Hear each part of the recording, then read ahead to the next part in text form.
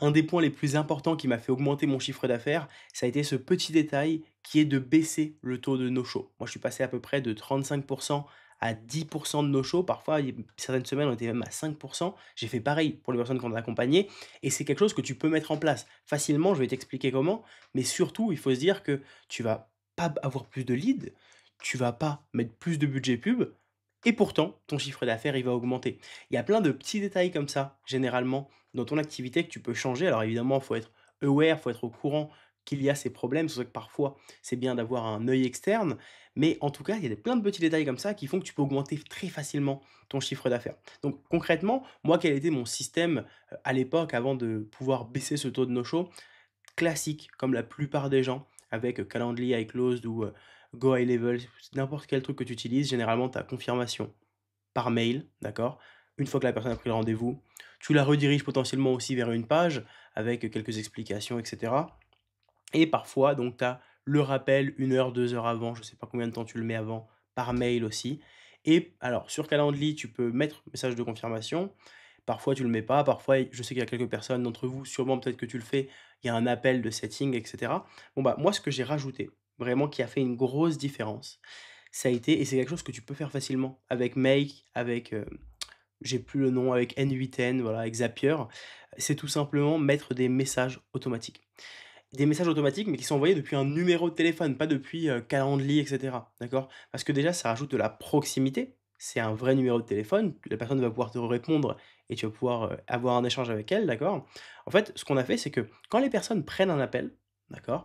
Donc évidemment, elles ont le mail de confirmation qui va être envoyé par, tout simplement, mail et en plus, il va y avoir donc le SMS qui est envoyé, moi généralement, je mettais 20 minutes après que la personne ait confirmé et dans ce message, en plus, je disais pas juste: «OK, super, c'est confirmé à telle heure». Ce que je mets, c'est que ça va dépendre des cas et pour certaines personnes, qu'on accompagne, on l'a fait. Parfois, on redirige vers une autre page où on lui demande de regarder une certaine vidéo avant l'appel, où on lui pose une question pour tout simplement ouvrir le dialogue et peut-être pouvoir enlever des objections ou apporter plus de valeur avant l'appel. Ça, c'est le premier message. Ensuite, évidemment, il se passe une durée, on va dire, bah, je sais pas, de 2 3 jours avant l'appel, peut-être une journée. Déjà, je te conseille pas d'avoir des appels qui sont sur plus de 5 jours. C'est-à-dire que si on est lundi, il faut pas que la personne puisse prendre après vendredi parce que ça fait on étale sur le temps et on est tous humains. Évidemment, on peut tous oublier. Donc sinon, tu vas avoir beaucoup plus de no-show généralement quand les personnes vont prendre plus loin. Après, évidemment, si c'est possible, hein. Donc en tout cas, voilà, donc il y a ce premier message. Le deuxième message, ça va être un message de rappel qui lui, moi généralement, je le mettais 1 heure avant et donc en fait, il est envoyé comme un message, bah, classique depuis encore une fois un numéro de téléphone auquel j'ai accès. Si j'ai pas échangé avec la personne entre temps, bah, il y a ce petit message: «Salut, c'est Amadou». Écoute, là, je te parle pour mon cas à moi, hein, d'accord? Donc, «Salut, c'est Amadou, j'espère que tu vas bien, juste on a un appel dans 1 heure». Potentiellement, parfois, je disais que c'était un petit message automatique, mais voilà, juste pour te le rappeler, voilà le lien de l'appel. J'espère que tu as bien regardé la vidéo, s'il y avait une vidéo à regarder, potentiellement. Voilà, comme ça, c'est calé, au moins la personne a eu 2 rappels par message, les messages, elle va les voir. En plus de ça, on l'a fait pour quelques, types d'audience. C'est-à-dire que évidemment, selon les audiences, selon les cibles, moi là, dans mon cas à moi, la cible, elle était entre 18 ans et 30 ans. D'accord? Ça fait un gros panel, de cibles en termes d'âge, mais globalement, évidemment, selon les heures, tu sais, tout le monde n'est pas dispo au même moment. Moi, pour les messages, ça marchait très bien. Par contre, on l'a fait, pour une autre cible où la personne, elle vendait à peu près à des personnes entre, bah, là, c'était plus 30 60.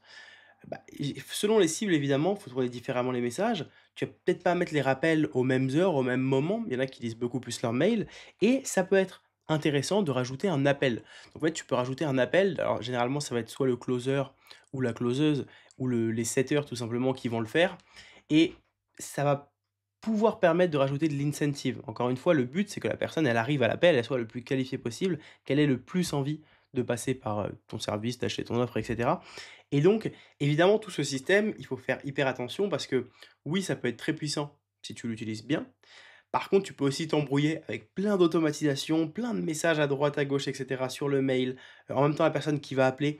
Donc il faut faire attention à ce qu'il n'y ait pas de répétition dans tous ces appels, dans tous ces messages, à ce que la personne justement ne se sente pas peut-être trop pressée. Il faut juste arriver à lui donner le juste milieu de: «OK, il y a de la valeur. OK, je monte en envie, mais par contre, je me sens pas débordé. Ça, c'est faut trouver, faut essayer. Moi, ce que je te conseille, c'est tu tu fais 1 semaine ou 2 semaines, le mieux, c'est de prendre sur 2 semaines, où tu vas tester avec l'appel plus les messages. Ensuite 2 semaines où tu testes juste les messages. Évidemment, plus tu prends une période longue, plus tu auras de la data, plus tu sauras ce qui marche le mieux pour ton offre et pour ta cible. Mais encore une fois, ça dépend toujours et c'est quelque chose que je dis beaucoup, de ton offre et de ta cible. Parce qu'on ne va pas parler de la même façon à, des personnes qui ont à peu près la vingtaine, à qui tu vends un produit à 500 € ou des personnes qui ont, je sais pas, 35 ans à peu près et tu vends un produit à 5 000, 6 000 €. D'accord? Donc à chaque fois, selon ta cible, selon ce que tu vends, tu dois calibrer ça avec tout simplement, bah, le système que tu vas mettre en place derrière. Voilà. Écoute, bah, en tout cas, si tu as des questions, n'hésite pas à me les poser sur Instagram, ou bah, sur Instagram tout simplement et puis à t'abonner, ça fait toujours plaisir si tu as bien aimé la vidéo et puis écoute, je te laisse regarder les autres vidéos pour avoir un peu plus de valeur si tu en as besoin ou prendre un appel si tu as envie. Allez, ciao.